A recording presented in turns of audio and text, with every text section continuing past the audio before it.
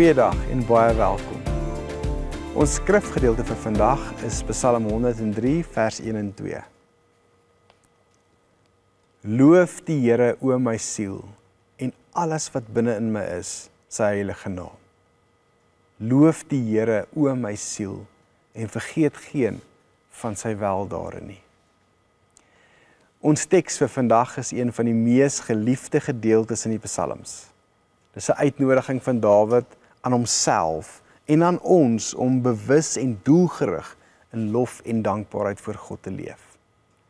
Dawid nooi sy eie siel uit, elke aspek van wie hy is, om God te loof en nie te vergeet wat God al vir hom gedoen het nie.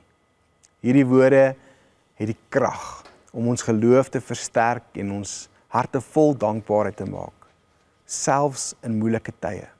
As jy na Dawid se lewe kyk, is hierdie heeltyd 'n beweging van ek kan nie meer nie, ek wil nie meer nie, ek weet nie hoe ver nog nie.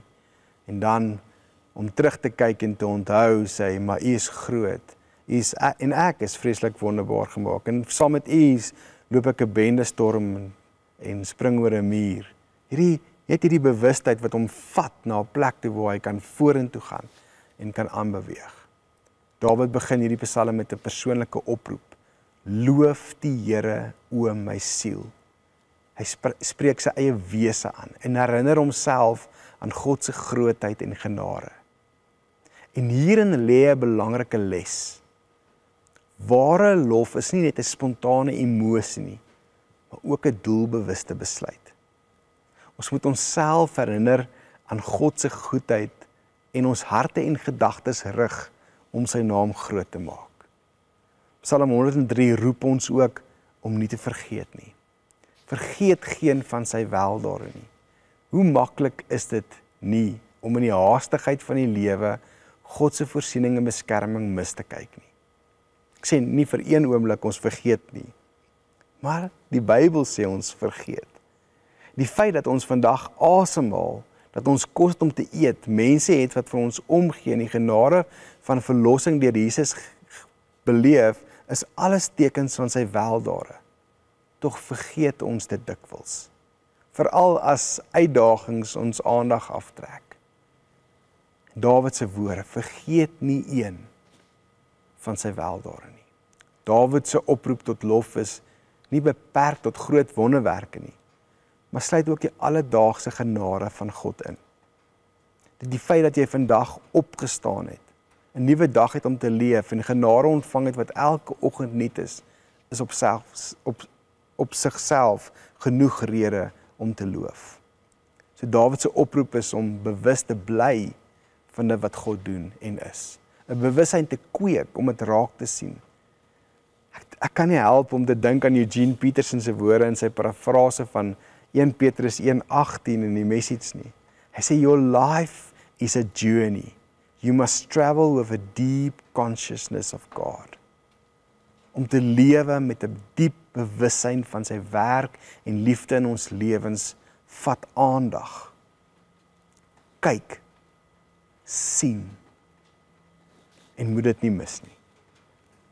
En dankbaarheid gebeur eers wanneer ek bewus word van dit waarvoor ek dankbaar is. Ek kan nie dankbaar wees van iets wat ek nie bewus is van nie. En my bewustelike dankbaarheid het 'n transformerende krag. Wanneer ons doelbewus kies om op God se weldade te fokus, dit ons perspektief verander.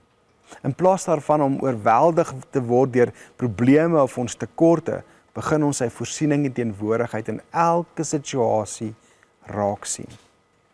En hierdie perspektief lei tot vrede. Paulus sê 'n vrede wat ons verstand ten bowe gaan, selfs in moeilike omstandighede.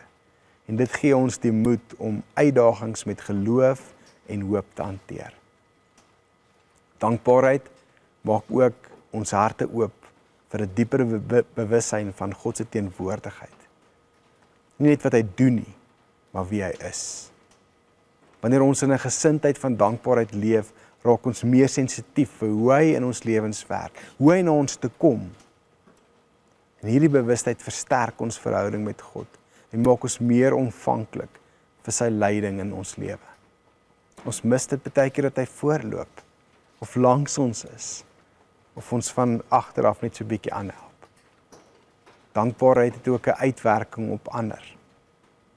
'n Lewe van dankbaarheid is aansteeklik. Wanneer ander sien hoe ons lof en dankbaarheid uitleef, trek dit hulle nader aan God. Ons lewens getuig dan van sy goedheid en inspireer ander ook om op sy dade in hulle eie lewens te fokus. Ek weet nie van jou nie, maar ek sien mense wat met dankbaarheid leef raak van 'n myl af. Jy kan in daai dankbaarheid vat. Dis die uitnodiging wanneer ons onthou ons nie net vir onsself nie. Ons onthou vir almal wat om ons is. En soos enige ander geestelike praktyk is dankbaarheid iets wat ons moet oefen. Dit gebeur nie outomaties nie. Veral nie in 'n wêreld waar negatiewe nuus en uitdagings ons oorweldig nie. Dis 'n doelbewuste besluit en 'n draai. En hier's 'n paar praktiese maniere om doelbewus dankbaarheid uit te leef. Vir my, begin en eindig jou dag met 'n onthou.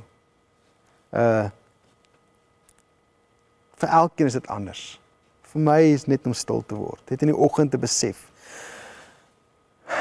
Ek haal asem. Dis 'n nuwe dag. Dankie dat ek hier is. 'n Bewussyn van ek gaan hierdie dag in.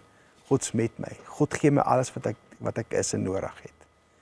En dan in die middag of aand 'n refleksie te doen oor wat het gebeur.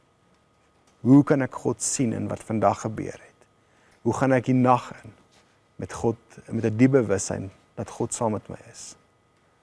En dan nou dalk dit neer te skryf. Neer te skryf, dagboek te hou van waarvoor jy dankbaar is. Kan dalk 'n antwoord op gebed wees, 'n vriendelike woord van iemand. Selfs nie die feit dat jy deur 'n moeilike situasie oorleef het. Hierdie oefening help ons om te onthou. Soos wat ons hierdie week ingaan, hierdie maand, hierdie jaar afsluit of begin of hoe ook al sy, ons sal onthou dat God is met ons. God lei ons. God help ons. Kom ons bid saam. Hemelse Vader, dankie vir u genade en die werk in ons lewens. Ons bid vir 'n diep bewussyn van daai liefde en werk in ons lewe. In Jesus naam. Amen.